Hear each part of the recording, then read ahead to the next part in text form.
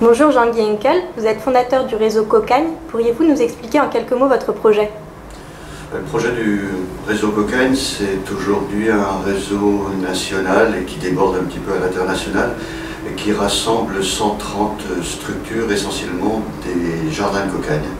Donc des chantiers d'insertion qui permettent à des publics, hommes et femmes de tout âge en difficulté, de retrouver une activité dans un champ particulier qui est celui de l'agriculture biologique et la production de légumes et la distribution sous forme de paniers hebdomadaires à des adhérents consommateurs.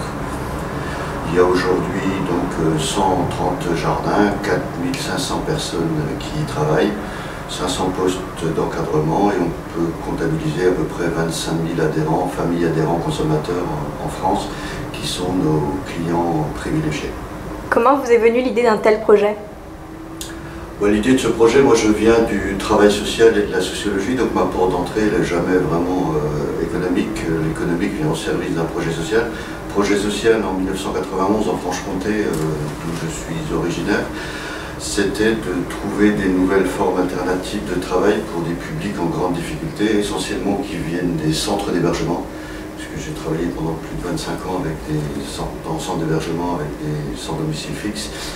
Et puis de mixer ces publics-là, des hommes, des femmes de tout âge, et en particulier aussi avec des agriculteurs en difficulté qui étaient particulièrement touchés dans cette région au début des années 90. Donc au contraire de ce qui se pratique souvent en France, où on va mettre les femmes d'un côté, les hommes de l'autre, les jeunes d'un côté, les plus âgés de l'autre, les handicapés, les SDF, etc. C'était d'imaginer avec une structure agricole conviviale ouverte sur un territoire, le fait de rassembler tous ces publics-là avec l'hypothèse que ça se passerait beaucoup mieux dans un mix de ce type-là que de travailler par catégorie. Lors de la création du réseau Cocagne, vous avez identifié un besoin social. Pourriez-vous nous dire quel était ce besoin social et comment vous avez décidé d'y répondre?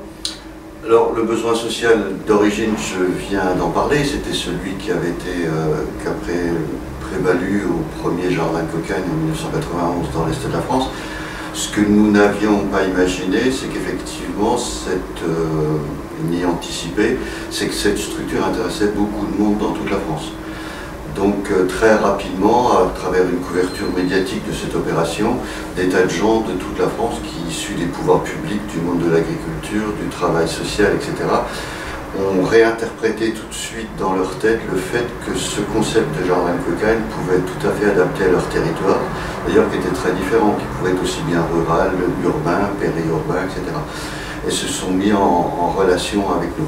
Et tout le travail d'essaimage et de développement qui a suivi, c'était comment à un moment donné, autour de critères qui avaient été fixés de ce que devait être un jardin de cocagne, une activité d'insertion, le développement de l'agriculture biologique, le développement des circuits courts à travers les adhérents consommateurs et une très grande relation avec le territoire, aussi bien du côté des citoyens, des pouvoirs publics et des entreprises, il a fallu à partir de là conjuguer ce jardin de cocagne-là, pas le dupliquer comme un système franchisé, mais le conjuguer aux différents territoires et aux différents interlocuteurs qu'on avait sans trahir les valeurs de base.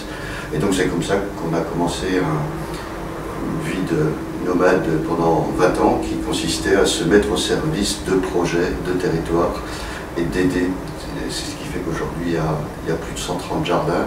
Il y a toujours autant de demandes puisqu'on a géré à peu près 200 demandes de montage chaque année. Mais comme on veut construire des choses qui soient très solides et très ancrées, on fait une sélection rigoureuse et on préfère se concentrer sur 10 projets fiable et crédible plutôt que de rentrer dans un système de dissémination rapide mais qui n'aurait pas de base solide. Les hubs conférences et Ashoka ont au cœur de leur problématique le concept d'innovation sociale. Pour vous, qu'est-ce qu'évoque ce concept d'innovation sociale? L'innovation sociale, à mon sens, c'est une analyse du présent et autant que faire se peut de l'avenir et de se dire de quoi nos sociétés, de quoi avons-nous véritablement besoin. Sans être grand clair et en lisant à peu près aussi bien des sociologues, des politiques, des philosophes, des altermondialistes ou des directeurs de banque, j'arrive à un constat, c'est que tout le monde est à peu près d'accord sur les mêmes constats. On n'est pas tout à fait d'accord sur la manière dont il faut opérer, mais sur les constats, On vit un moment très compliqué et inédit dans l'humanité aujourd'hui, puisque se rencontrent des crises écologiques, des crises économiques. Alors la crise économique en elle-même, ce qui m'intéresse moi particulièrement, c'est qu'elle génère des millions et des milliards de pauvres, aussi bien dans les pays du Sud et dans les pays du Nord. Donc crise écologique, crise sociale, avec un effet centrifugeuse qui crée des pauvres partout, de manière différente, mais voilà. Plus des crises énergétiques, il n'y a plus beaucoup de moyens en termes de pétrole et en termes d'avenir, etc. Plus le fait que vous rajoutez là-dessus des crises démographiques qui commencent à pointer le bout de leur nez, puisqu'il faudra vivre en 2050 à 9 milliards. Donc en fait, moi, c'est ça mes moteurs principaux. Et en gros, c'est de se dire, est-ce que ce que fait Cocagne est vraiment adapté à ce dont l'avenir a besoin? Et il me semble aujourd'hui que de monter des projets qui soient à la fois très sociaux, en laissant personne au bord de la route, très écologiques dans la pratique de l'agriculture biologique et la pratique des circuits courts sur les territoires, et puis économiquement, il faut que ça fonctionne.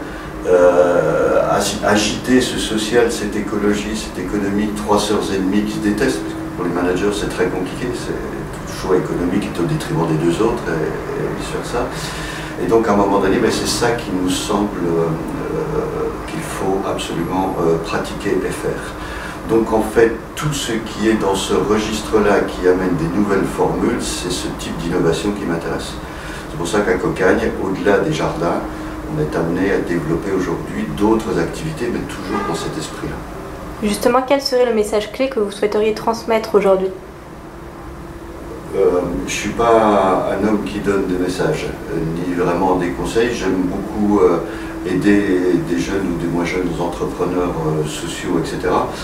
Et je leur dirais une seule chose, c'est qu'après avoir fait monter autant de projets, ne craignez pas grand-chose, ni des pouvoirs publics, ni des citoyens, ni des entreprises, etc. Les gens dont il faut le plus se méfier, c'est de vous-même, parce qu'il faut vraiment une très grande ténacité pour arriver à affronter tout ça. Donc soyez vous-même, soyez crédible, si je puis me permettre de donner éventuellement un petit conseil. Et enfin, quels sont vos projets pour l'avenir? Nos projets pour l'avenir, moi j'ai une particularité, c'est qu'il est rare que je ne me lève pas un matin sans avoir une nouvelle idée. Donc après, il faut des équipes qui soient capables de mettre tout ça en musique.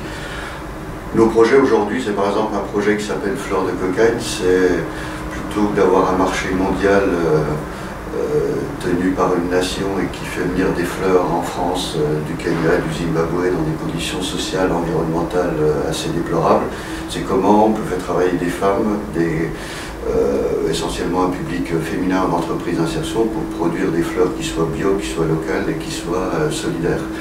C'est le fait aussi, après avoir travaillé de la petite graine jusqu'au panier pour livrer nos légumes, de se dire aujourd'hui, est-ce que ces légumes, on ne peut pas leur amener des modes de transformation sous forme de conserverie, ou aller dans les cantines scolaires pour devenir un peu plus démocrate, ou monter des opérations par exemple qui s'appellent panier solidaire, comment des familles en grande difficulté qui n'ont pas les moyens de donner 15 € par semaine pour un panier de légumes bio, pour 2 ou 3 € avec des compléments financiers qui viennent des pouvoirs publics et des entreprises, ou même des citoyens, on peut tout à fait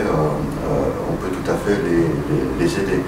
Donc voilà, les projets fusent un petit peu toute la journée, mais toujours avec une vocation sociale, économique et écologique.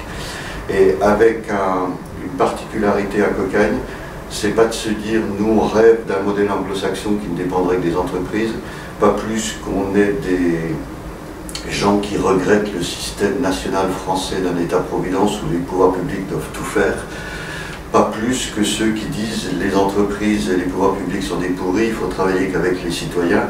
Nous on pense que dans ce moment très inédit, très particulier, où il y a tellement de choses à faire pour que beaucoup de gens aillent mieux, trouvent du travail et vivent dans de meilleures conditions, il nous semble qu'il faut amener quelque chose de l'ordre de la réconciliation, et nos projets sont montés avec les pouvoirs publics, avec les citoyens et avec les entreprises, même s'ils n'ont pas une grande habitude de travailler ensemble. Nous on essaie de les fédérer autour de nos projets, et ça aussi c'est à mon avis très innovant.